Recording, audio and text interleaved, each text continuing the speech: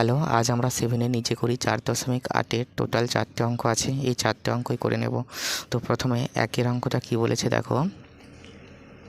বলেছে মিজানুর, তীর্থ ও নাফুরা একটি পরীক্ষা দিয়েছে। ওই পরীক্ষায় 10টি প্রশ্ন ছিল। পরীক্ষাটিতে প্রতিটি ঠিক উত্তরের জন্য 5 নম্বর ও প্রতিটি ভুল উত্তরের জন্য -2 নম্বর পাবে।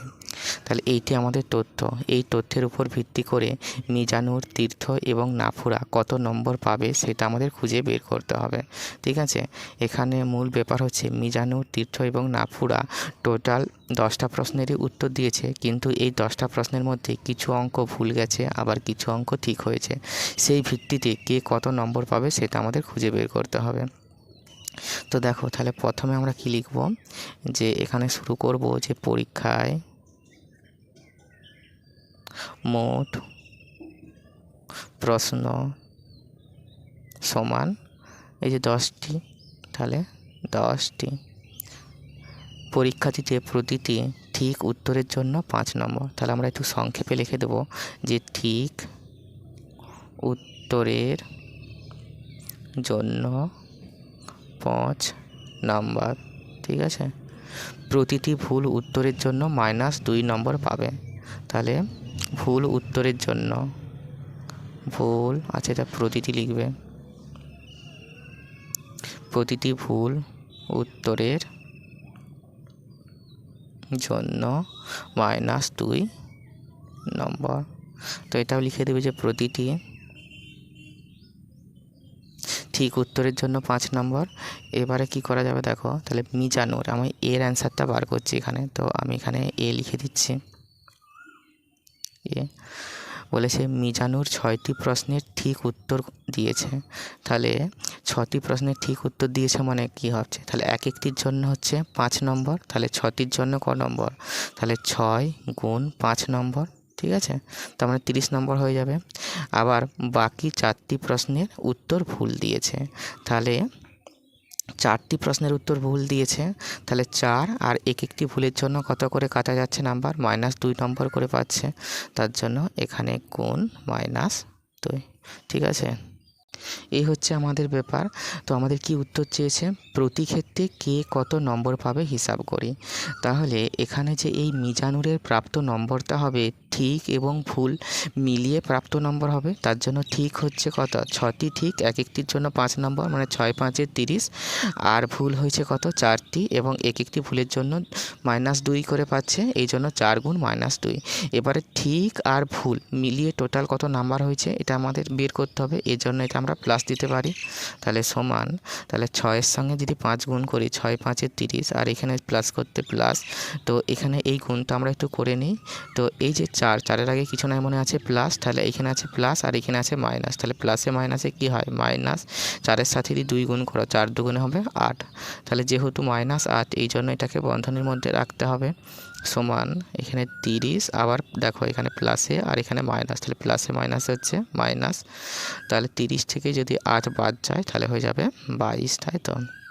তাহলে এখানে কি বলেছে, তাহলে মিজানুর 6টি প্রশ্নের ঠিক এবং বাকি 4টি প্রশ্নের ভুল উত্তর দিয়ে মোট কত পেয়েছে, মোট পেয়েছে 22 নম্বর। তো এটা হচ্ছে এর অ্যান্সার। তাহলে এটা হচ্ছে কি এলো, মিজানুর। ঠিক আছে, এবারে তীর্থর ব্যাপারটা আমাদের করতে হবে।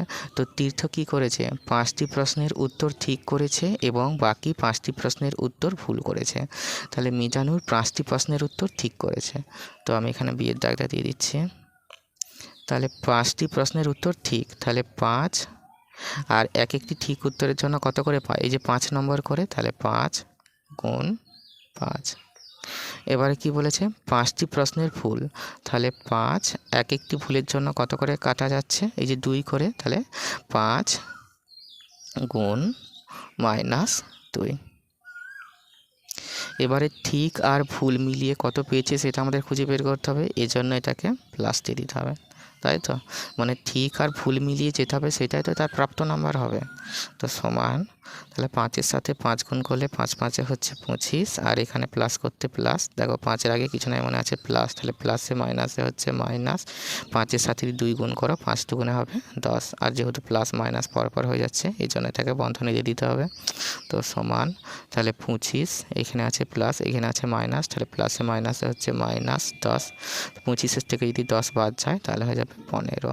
তাহলে এই 15 নাম্বার কি পাচ্ছে? তীর্থ, তাই তো? তাহলে এখানে তীর্থ বলে লিখে দাও। এবারে সি নাফুরার নাম্বারটা আমাদের বের করতে হবে, তো আমি এখানটায় সি করে দিচ্ছি। বলছে নাফুরা 3টি প্রশ্নের ঠিক উত্তর দিয়েছে, তার মানে 3টি প্রশ্ন 3, আর এক একটি ঠিকের জন্য কত করে পায়? 5 নম্বর করে পায়, তাহলে গুণ 5। আর কি বলেছে? বাকি 7টি প্রশ্নের উত্তর ভুল দিয়েছে, তাহলে 7 এক একটি ভুলের জন্য কত করে পায়? -2, তাহলে -2। এবার দেখো ঠিক আর ভুল মিলিয়েই তার হবে প্রাপ্ত নম্বর, তার জন্য যেহেতু মোট বলছি তার জন্য এখানে আমরা যোগ করছি। তো সমান 3-এর সাথে যদি 5 গুণ করো, 3 5-এ হবে 15, আর এখানে প্লাস ছিল প্লাস, এখানে কিছু নয় মনে আছে প্লাস, তাহলে প্লাসে মাইনাসে হচ্ছে মাইনাস, 7-এর সাথে যদি 2 গুণ করো 7 দুগুণে হবে 14, এটা বন্ধনীর মধ্যে রাখতে হবে। সমান এখানে 15 করতে 15, আর প্লাসে মাইনাস হবে মাইনাস, আর এখানে হচ্ছে 14, তাহলে 15 থেকে 14 বাদ দিলে 1, তাহলে এই 1 কে পাচ্ছে? 1 পাচ্ছে হচ্ছে নাফুরা। ঠিক আছে, এবারে ফাইনাল উত্তরটা তোমাকে লিখে দিতে হবে। বলেছে প্রতি ক্ষেত্রে কে কত নম্বর পাবে হিসাব করি, অতএব প্রতি ক্ষেত্রে, তাহলে এর অ্যান্সারটা মিজানুর ছিল, প্রতি ক্ষেত্রে মিজানুর পাবে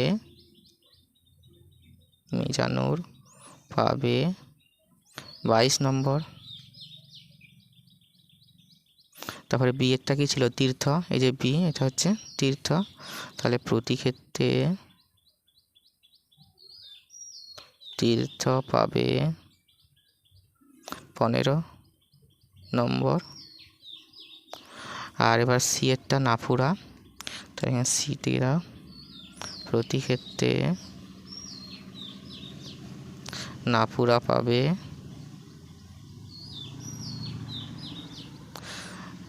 এখানে 1 নম্বর, তাহলে মাত্র 1 নম্বর পেয়েছে নাফুরা, বুঝলে? নাফুরা তার মানে পড়াশোনা করেইনি। এবার দুয়েরটা কি বলেছে দেখো, একটি ফার্নিচারের দোকানে এই মাসে 15টি কাঠের আলমারি বিক্রি হয়েছে। 10টি আলমারির প্রত্যেকটিতে 300 টাকা লাভ হয়েছে, কিন্তু বাকি 5টি আলমারিতে মোট 200 টাকা ক্ষতি হয়েছে। ওই দোকানে মালিকের এই মাসে আলমারি বিক্রি করে কত টাকা লাভ বা ক্ষতি হয়েছে হিসাব করি। তাহলে এখানে টোটাল আলমারির সংখ্যা হচ্ছে এই 15টি। এই 15টি আলমারির মধ্যে 10টি আলমারিতে প্রত্যেকটিতে 300 টাকা করে লাভ হয়েছে, এবং বাকি যে 5টি আলমারি আছে, তাহলে 10 5-এ 15 হচ্ছে, এই 5টি আলমারিতে 200 টাকা করে ক্ষতি হয়েছে। ঠিক আছে, এখন আমাদের যেটা নির্ণয় করতে হবে, ওই দোকানে মালিকের ওই মাসে আলমারি বিক্রি করে কত টাকা লাভ বা ক্ষতি হয়েছে, মানে লাভ বা ক্ষতি সেটা আমাদের খুঁজে বের করতে হবে।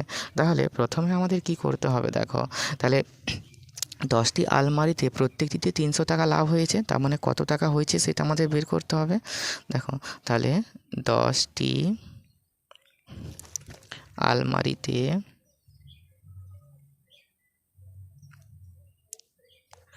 প্রত্যেকটিতে 300 টাকা লাভ হয়েছে, 300 টাকা লাভ সমান 300 টাকা লাভ মানে কত টাকা লাভ হচ্ছে, তাহলে প্রত্যেকটিতে কত? প্রত্যেকটিতে 300 টাকা, তাহলে 10টি আছে, তাহলে 10টি হলে এই 300-র সাথে 10 আরও গুণ করতে হবে, তাহলে 300 গুণ 10 সমান হচ্ছে 1-এর সাথে 3 গুণ করা, 1 3-এ 3, আর এখানে 2টো শূন্য আর একটা শূন্য, টোটাল হচ্ছে 3টে শূন্য, তাহলে 3000 টাকা, তাই তো? তাহলে 10টি আলমারিতে প্রত্যেকটিতে 300 টাকা লাভ সমান 3000 টাকা। এবারে কি বলেছে? 5টি আলমারিতে মোট 200 টাকা ক্ষতি হয়েছে, তো এখানে লিখিয়েছে 5টি আলমারিতে প্রত্যেকটিতে 200 টাকা ক্ষতি, 200 টাকা ক্ষতি, সমান দেখো এখানে এই যে মোট 200 টাকা ক্ষতি আছে আলমারিতে, এখানে পাঁচটি আলমারি প্রত্যেকটিতে কথাটি দিলে কি শুনতে একটু ভালো লাগতো।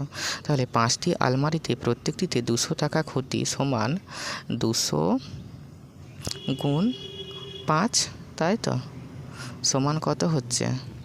তাহলে সমান হচ্ছে 5 দুগুণে 10, তাহলে 10-10-এর পরে 2 শূন্য এত টাকা। ঠিক আছে, তো আমরা এটা এইভাবে লিখতে পারি যে 5টি আলমারিতে প্রত্যেকটিতে 200 টাকা ক্ষতি।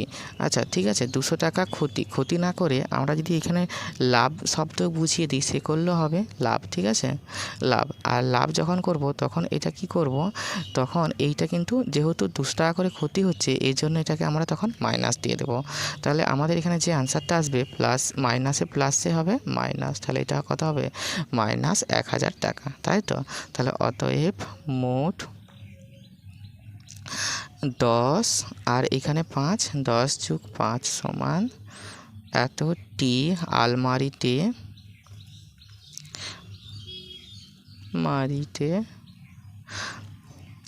লাভ। তাহলে এখানে 3000, সরি এটা 3000 হবে, 3000 যোগ আর এখানে হচ্ছে মাইনাস 1000, যেহেতু এখানে মাইনাস হয়ে গেছে তার জন্য এটাকে বন্ধনীর মধ্যে রাখতে হবে, আর এটাকে সেকেন্ড বন্ধনী দিয়ে দাও এত টাকা, আর এটাকেও সেকেন্ড বন্ধনীর মধ্যে রাখো এত টাকা সমান। তাহলে এখানে 3000 করতে 3000 প্লাসে মাইনাসে হচ্ছে মাইনাস 1000, এটা বন্ধনী দিয়ে এখানে টাকা লিখে দাও। তাহলে সমান 3000 থেকে যদি 1000 চলে যায় তাহলে কত হবে? 2000, তাহলে 2000 টাকা, তাই তো। তাহলে এখানে 2000 টাকা লাভ হয়েছে।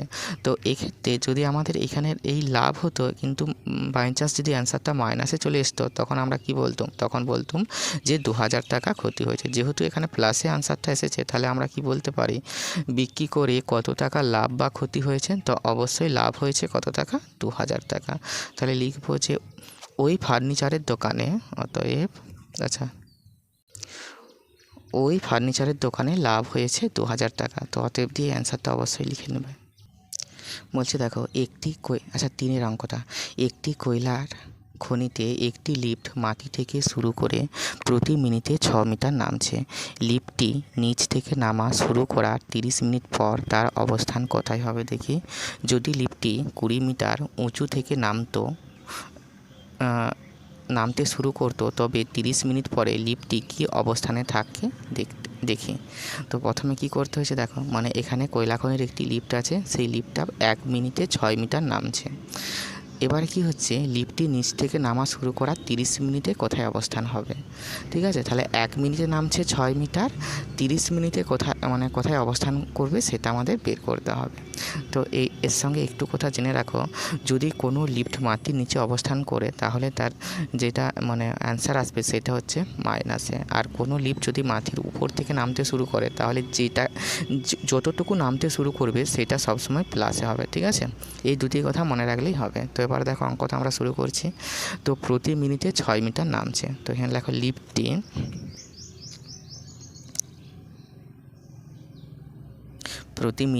প্রতি মিনিটে অর্থাৎ 1 মিনিটে 6 মিটার নামছে। তাহলে 1 মিনিটে অবস্থান লিখছি। 1 মিনিটে অবস্থান, যেহেতু মাটির নিচে তার জন্য আমরা লিখব -6 মিটার। যেহেতু মাটির নিচে এই জন্য এখানে -6 মিটার লিখছি। এবারে 30 মিনিটে, তাহলে লিফটটি 30 মিনিটে অবস্থান -6, নিশ্চয়ই বেশি হবে 1-এর থেকে, এই জন্য এই 30টা দিয়ে গুণ হবে। তাহলে গুণ 30 এত মিটার। যদি আমরা এখানে গুণটা করি তাহলে কত হবে দেখো, তাহলে প্রথমে এই মাইনাস আর 30 আর এই কিছু আছে প্লাস আছে, তাহলে প্লাসে মাইনাসে মাইনাস, 6-এর সাথে যদি 3 গুণ করো 6-3 হবে 18, এবারে শূন্যটা বসিয়ে দাও 180 মিটার। তাহলে কি মানে আধ ঘন্টা পর অর্থাৎ 30 মিনিটে লিফটটি কোথায় অবস্থান করবে? 180 মিটার মাটির নিচে, তাই তো। যদি লিফটটি 20 মিটার উঁচু থেকে নামতে শুরু করতো তবে 30 মিটার পরে লিফটটি কি অবস্থান করতো সেটা আমাদের দেখতে হবে। তাহলে দেখো এবারে কি বলেছে, এবারে বলেছে 20 মিটার উঁচু থেকে নামতো, মানে প্রথমে কি হয়েছে, ধরো প্রথমে এটা হচ্ছে ধরো গ্রাউন্ড লেভেল মাটি, তাহলে এখান থেকে লিফটটা নামতে শুরু করেছে, তো কতদূর গেছে, এখান থেকে এখানে শেষ করেছে, ধরো এখানে হচ্ছে 180 মিটার চলে গেছে, ঠিক আছে। কিন্তু কি বলেছে, লিফটটা যদি এইখান থেকে নামতে শুরু করতো, তাই তো, মানে কোথা থেকে 20 মিটার, তার মানে এটা হচ্ছে ভূমি, তাহলে ভূমির উপর থেকে ধরো এইরকম জায়গায় এখান থেকে এইটি হচ্ছে 20, তাহলে এখান থেকে যখন নামতে শুরু করতো তখন কি হবে, তখন কি এইখানে 180 মিটার হতো না, তখন কি এখান থেকে 20 কমে যেত, মানে এইরকম জায়গায় নামতো, তখন এটা হতো 160। এই 160টা কীভাবে পেয়েছি সেটা তোমাদের একবার বলবো। তাহলে লিফটটি যদি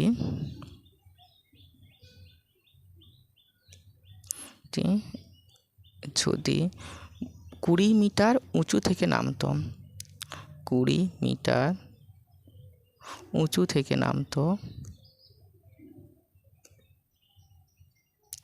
তবে লিফটটির অবস্থান হতো, তাহলে ছিল কত, -180। এবার কি বলছে, উঁচু থেকে নামতো, অর্থাৎ কি বলেছে দেখো এখানে 20 মিটার উঁচু থেকে নামতো, আমি বলেছি কি উঁচু থেকে নামলে কি করতে হয়, উঁচু থেকে নামলে করতে হয় প্লাস, তার জন্য এখানে প্লাস 20 মিটার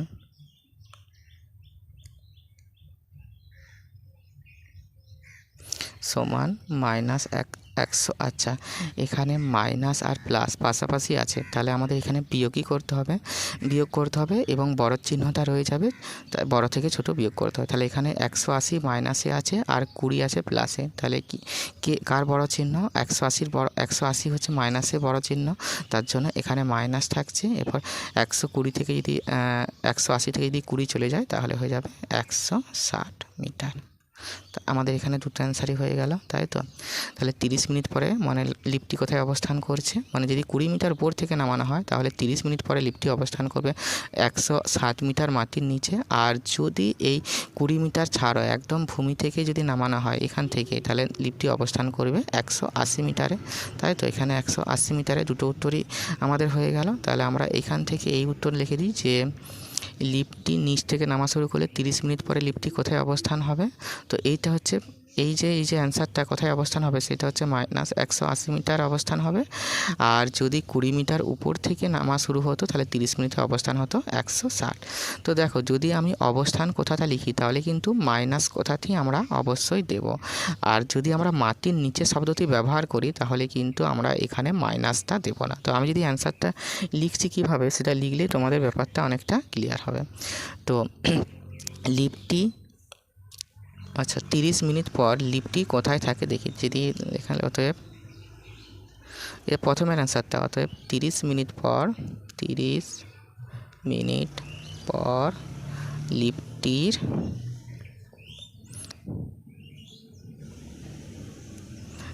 অবস্থান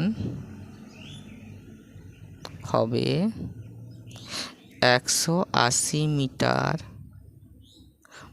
মাটির নিচে। দেখো এখানে 180 মিটার মাটির নিচে, কিন্তু আমি এখানে ভুল করেও কিন্তু মাইনাস দিইনি, তো এখানে যদি মাইনাস দিয়ে দাও তাহলে কিন্তু অ্যান্সার ভুল হয়ে যাবে, কারণ আমি এখানে মাটির নিচেও বলছি আবার এখানে মাইনাসও বলছি, তাহলে কিন্তু ভুল, ঠিক আছে। আর যদি আমরা শুধু অবস্থান হবে বলতুম, এখানে মাইনাস দিয়ে দিতুম, তখন আর মাটির নিচে লেখার দরকার থাকতো না। তো পরের থেকে কী করে দেখছি দেখো, তাহলে এখানে সেকেন্ড অ্যান্সারটা 160 বলছে, যদি লিফটটি 20 মিটার উঁচু থেকে নামতে শুরু করতো 30 মিনিট পরে লিফটটি কী অবস্থানে থাকতো দেখি। তো এখানে অতএব যদি লিফটটি 20 মিটার, তাহলে যদি লিফটটি 20 মিটার উঁচু থেকে শুরু করতো, উঁচু থেকে নামতে শুরু করতো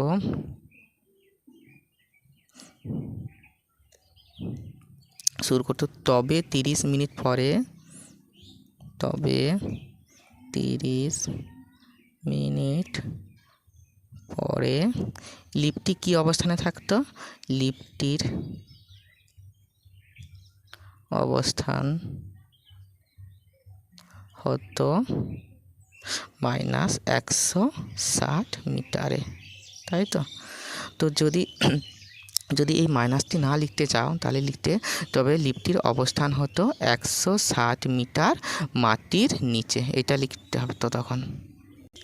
এরপর একদম 4 অঙ্ক, একদম শেষ অঙ্ক। অপর একটি খনিতে একটি লিফট প্রতি মিনিটে 4 মিটার নামছে। তো এখানে অপর একটি খনিতে আছে, সেই অপর একটি খনিতে প্রতি মিনিটে অর্থাৎ 1 মিনিটে 4 মিটার করে নামছে। দিয়ে আমাদের এ আর বি দুটি অ্যান্সার করতে হবে। 1 ঘন্টা পরে লিফটটির কী অবস্থানে থাকবে দেখি। যদি লিফটটি ভূমির 15 মিটার উপর থেকে নামতো তবে 30 মিনিট পরে লিফটটি কোথায় থাকতো হিসাব করে লিখি। তো প্রথমেরটা আমরা যদি এর অ্যান্সারটা বের করতে চাই তো কীভাবে বের করবো দেখো। প্রতি মিনিটে 4 মিটার নামছে, তাহলে এখানে আমি 4-এর দাগ দিচ্ছি যে প্রতি মিনিটে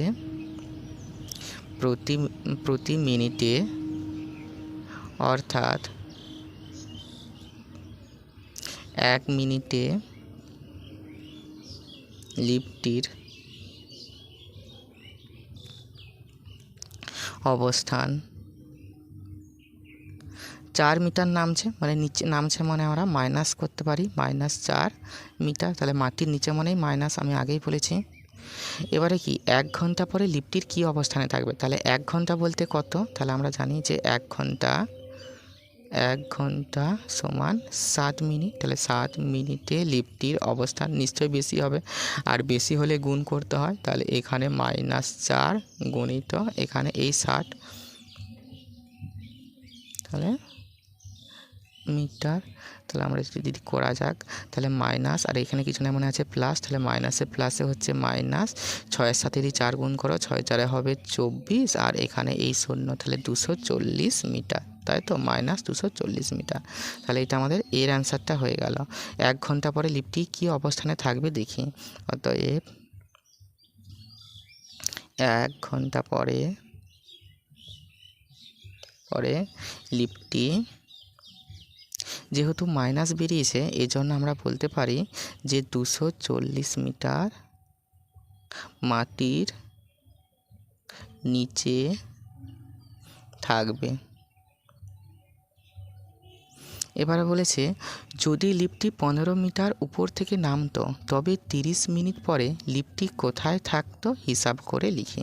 তো আমাদের এবার 30 মিনিটের হিসাবটা করতে হবে, তারপরে যত মিটার বেরোবে তার সাথে কি করব, তার সাথে এই 15 মিটার যোগ করে দিলে সেটা আমাদের বেরিয়ে যাবে, যেহেতু উপর থেকে নামতে শুরু করেছে তার জন্য লিখছি যে আবার এখান থেকে শুরু করো। 1 মিনিটে 4 মিটার নামছে, তাহলে 1 মিনিটে নামে 30 মিটার, 1 মিনিটে নামে না করে অবস্থান লেখাও। 1 মিনিটে অবস্থান হয়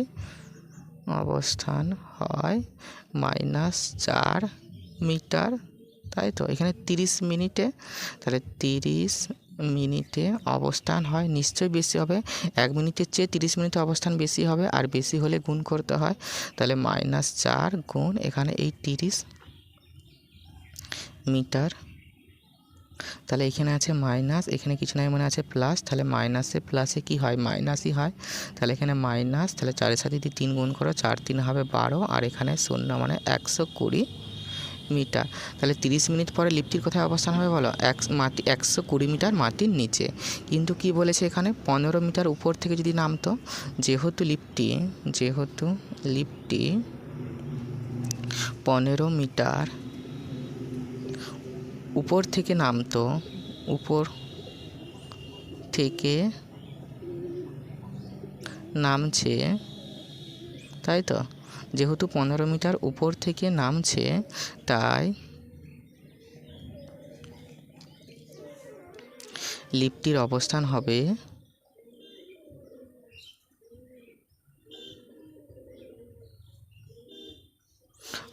হবে এখানে হচ্ছে -120, আর উপর থেকে নামলে কি বলেছি, উপর থেকে নামলে যোগ করতে হয়।